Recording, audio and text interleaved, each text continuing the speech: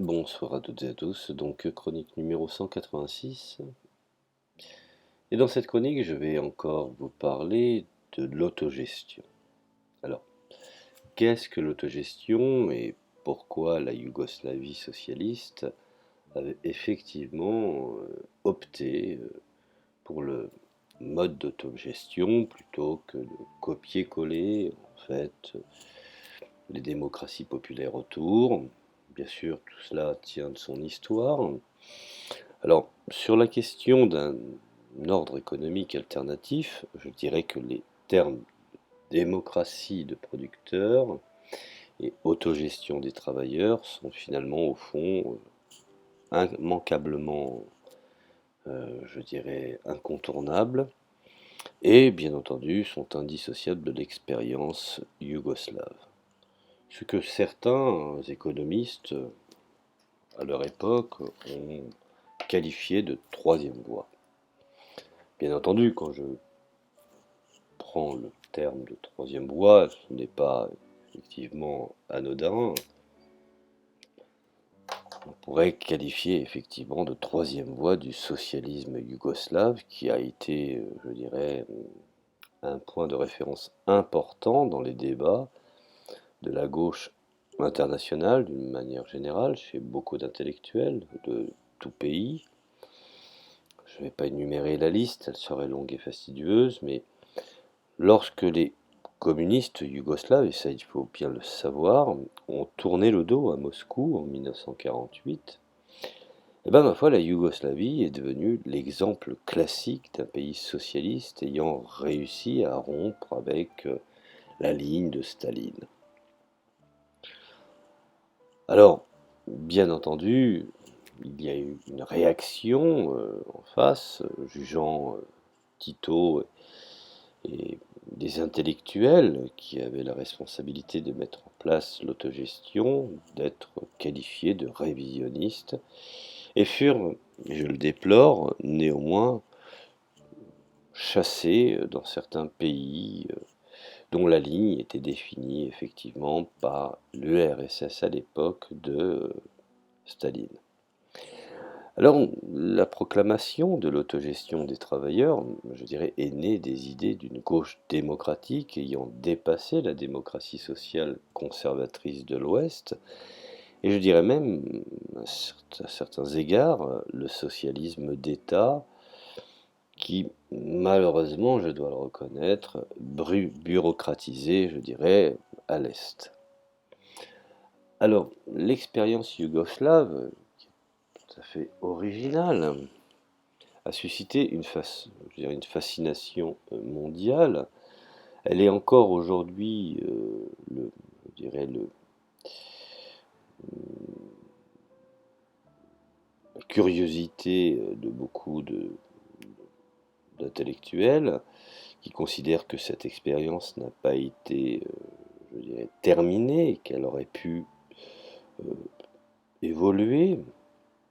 Alors toutefois, il faut revenir qu'au sein du même pays, ce système d'autogestion a toujours été source de controverses,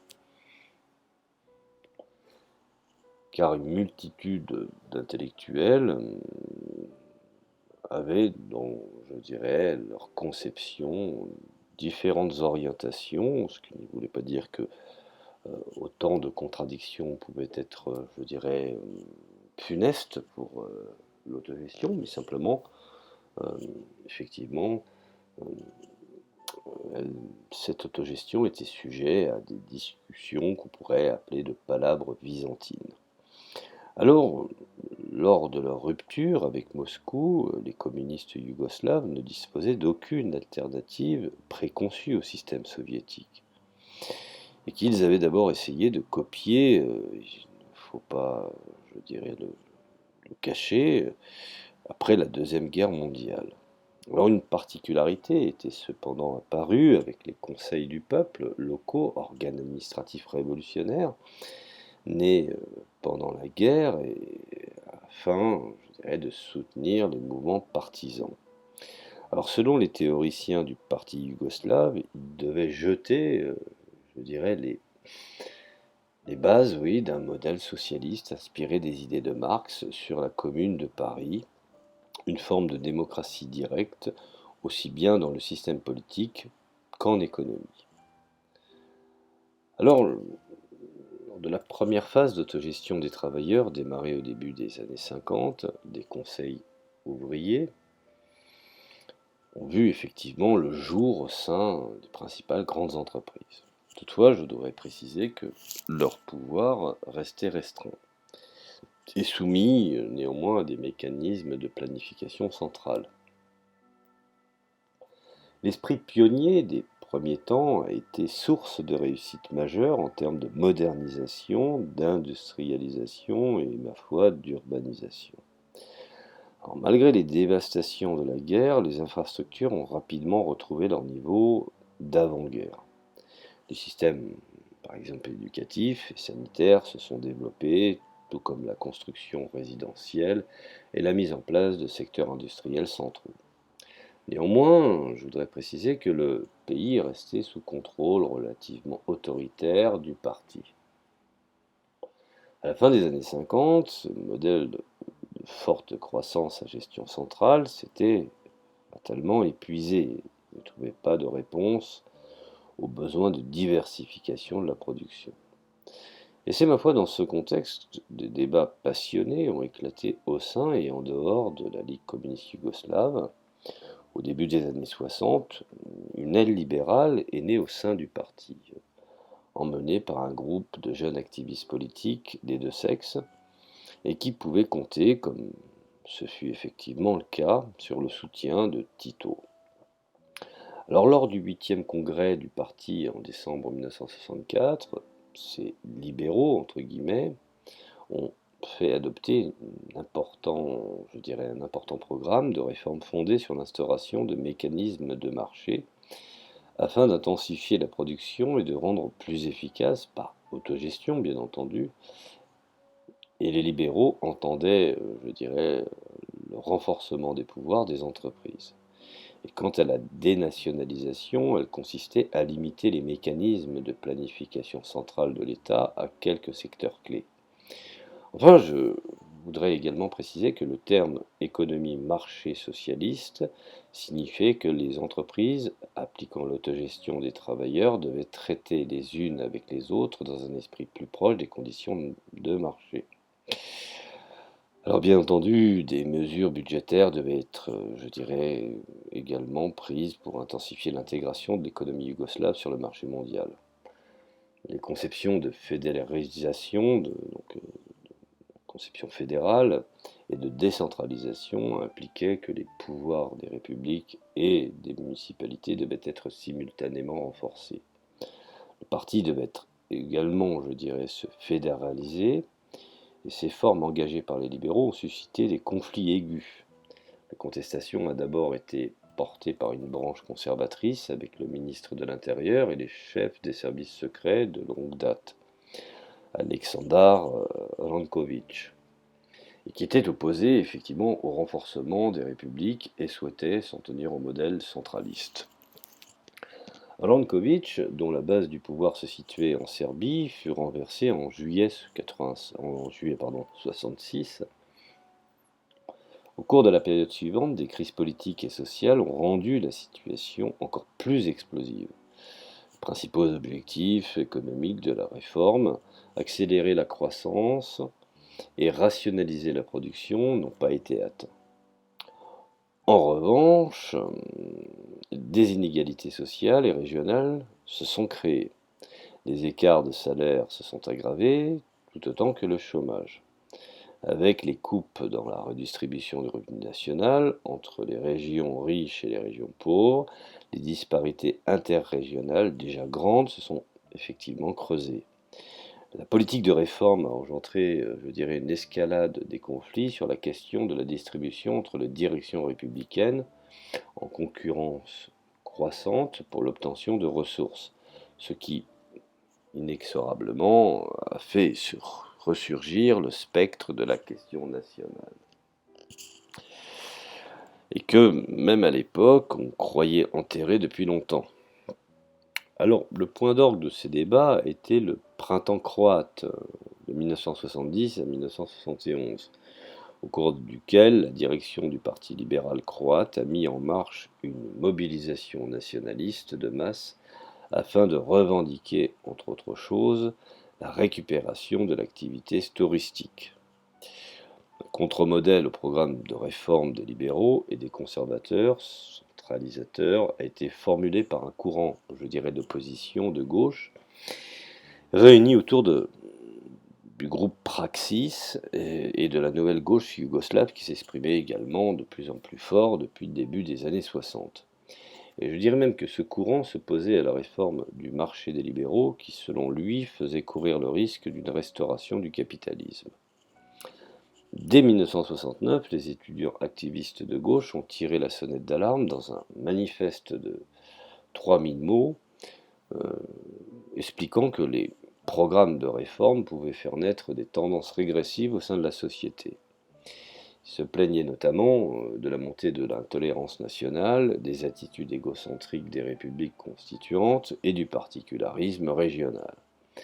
Ils interprétaient ces phénomènes comme le résultat d'une opération conjointe de bureaucratisme et de néolibéralisme petit bourgeois. Alors selon eux, l'insistance unilatérale sur le chaos du marché, appliquant ouvertement le principe de survie du plus fort et de ruine du plus faible, bien entendu. L'un ne va pas sans l'autre. Et ferait émaner des idées, des besoins et des aspirations petits bourgeois s'insinuant dans tous les secteurs, de toutes les couches sociales. Alors le point culminant de la mobilisation de la nouvelle gauche a été une série de manifestations en juin 1968, lorsque qui avait commencé comme un sitting à l'université de Belgrade, a entraîné des manifestations d'étudiants aux quatre coins de la Yougoslavie. La principale revendication du groupe Praxis et de la nouvelle gauche étudiante était une profonde démocratisation de la société et le modèle de réforme alternative de l'opposition de gauche, prônant finalement une autogestion intégrale, visant, je dirais, à abolir le contrôle du parti et à développer une démocratie directe des producteurs, sans passer par un intermédiaire. Alors contrairement aux libéraux, les objectifs de la nouvelle gauche ne reposaient pas sur une économie de marché socialiste et un gain d'efficacité, mais conformément aux jeunes Marx et à des auteurs contemporains comme Herbert Marcuse, sur un changement des modalités de travail et un dépassement de l'aliénation. En 1967, les membres de Praxis, Svetovar Stojanovic, a écrit «L'autogestion socialiste doit être conçue comme un système social intégré, embrassant toutes les catégories sociales et administratives de la société, dans son ensemble, sa globalité». Stojanovic revendiquait la mise en place d'associations verticales, de groupes d'autogestion, l'émergence d'organes représentatifs, la subordination, je dirais, de tous les organismes publics et de l'ensemble de la vie de la société au contrôle des organes représentatifs de la base, et sans oublier, bien entendu, une démocratisation et voire même ce qu'on pourrait qualifier une adaptation poussée des organisations politiques, et en particulier, bien entendu, communistes. Alors, un tel système, la précision est de Svetovar Stojanovic, dans la première moitié des années 70, les conflits entre libéraux, conservateurs et la nouvelle gauche se sont achevés par une vague de répression au cours de la période suivante, et le système d'autogestion des travailleurs a été inscrit dans la Constitution de 1974 en tant que, je dirais, en tant qu'élément hybride, ce qui a maintenu les contradictions internes, comme l'avait fait remarquer Laszlo Stekelj. Donc la Yougoslavie a montré une intégration paradoxale, que certains appelaient oxymorique, mais je pense plutôt que nous sommes dans un phénomène de paradoxe, étant donné que nous sommes dans ce qu'on appelle une conception économique, donc conception paradoxale du concept léniniste de parti d'avant-garde et de hiérarchiquement, je dirais, organisé. Alors dans un système de démocratie directe et d'égalitarisme, je dirais, anti-élitiste, théorique élaboré sur des bases des idées des soviets communistes, la fameuse République des conseils. Alors, malgré le transfert nominal du pouvoir aux travailleurs, il ne saurait être question, je dirais, de démocratie de producteurs, comme l'ont constaté par exemple des experts en études du travail. Les élites politiques et économiques, liées, je dirais même aux partis, contrôlaient les processus décisionnels, tandis que les travailleurs restaient sans pouvoir. En résumé, on peut même qualifier que le sociologue je dirais, la sociologue de Belgrade, Nada Novakovic, a indiqué qu'au vu de son atomisation sociale et politique, la classe ouvrière yougoslave avait toujours été une classe en soi et n'était jamais devenue une classe pour soi, ce qui est la nuance est de taille. De ce fait, il n'avait pas été en mesure de développer une conscience de classe dépassant ses intérêts communs. Alors, malgré ces bilans extrêmement critiques, compte tenu des revendications bien entendu d'autogestion des travailleurs, de l'expérience yougoslave, il est important de dire, à la lumière d'aujourd'hui, les expériences de la Yougoslavie socialiste n'ont pas toutes été négatives, et je pense que euh, malheureusement, elles auraient pu être développées, même si aucune démocratie de producteurs n'est née sous le slogan de l'autogestion des travailleurs. Il s'agissait tout de même d'une société relativement ouverte. Surtout des droits sociaux importants ont été instaurés au sein de la Yougoslavie socialiste. Et ça, vous pouvez interviewer n'importe quel individu des différentes républiques qui ont vécu effectivement ce système. Pour beaucoup, chez les anciens, il y a un profond regret. Alors le pays et la société ont réussi à passer d'un pays agraire secondaire à une nation industrielle, je dirais relativement moderne. Ces réussites ont été en grande partie anéanties fatalement de la guerre des années 90. Il n'est donc pas surprenant, je dirais, d'apprendre que selon des études actuelles, 80% de la population pense que la vie sous le régime socialiste était meilleure. Aujourd'hui, la Yougoslavie n'est plus, ce sont des petites entités qui ont du mal à survivre. C'est le cas par exemple de la Bosnie. Euh, donc le problème, c'est qu'effectivement, dans les luttes syndicales actuelles contre la privatisation, les travailleurs des deux sexes ont une opinion positive de l'autogestion. Pour que les expériences historiques ambivalentes de la Yougoslavie soient utiles, je dirais au débat actuel d'experts, je pense qu'on a besoin d'une discussion critique et différenciée, ce qui est difficile aujourd'hui de trouver. Bien entendu, débat d'experts, c'est facile de pouvoir en discuter, mais ça sort de l'expertise, il est toujours difficile, face à certains agents inconscients de la propagande. Malheureusement, les recherches empiriques en sont encore, je dirais, balbutiantes. Alors voilà, c'était une petite réflexion sur ma chronique 186 de l'expérience de l'autogestion yougoslave qui aurait pu être effectivement continuée et dont certains aujourd'hui sont en train de plancher. Finalement, tout reste encore à faire. Voilà, je vous remercie de m'avoir écouté, puis je vous dis à la prochaine chronique.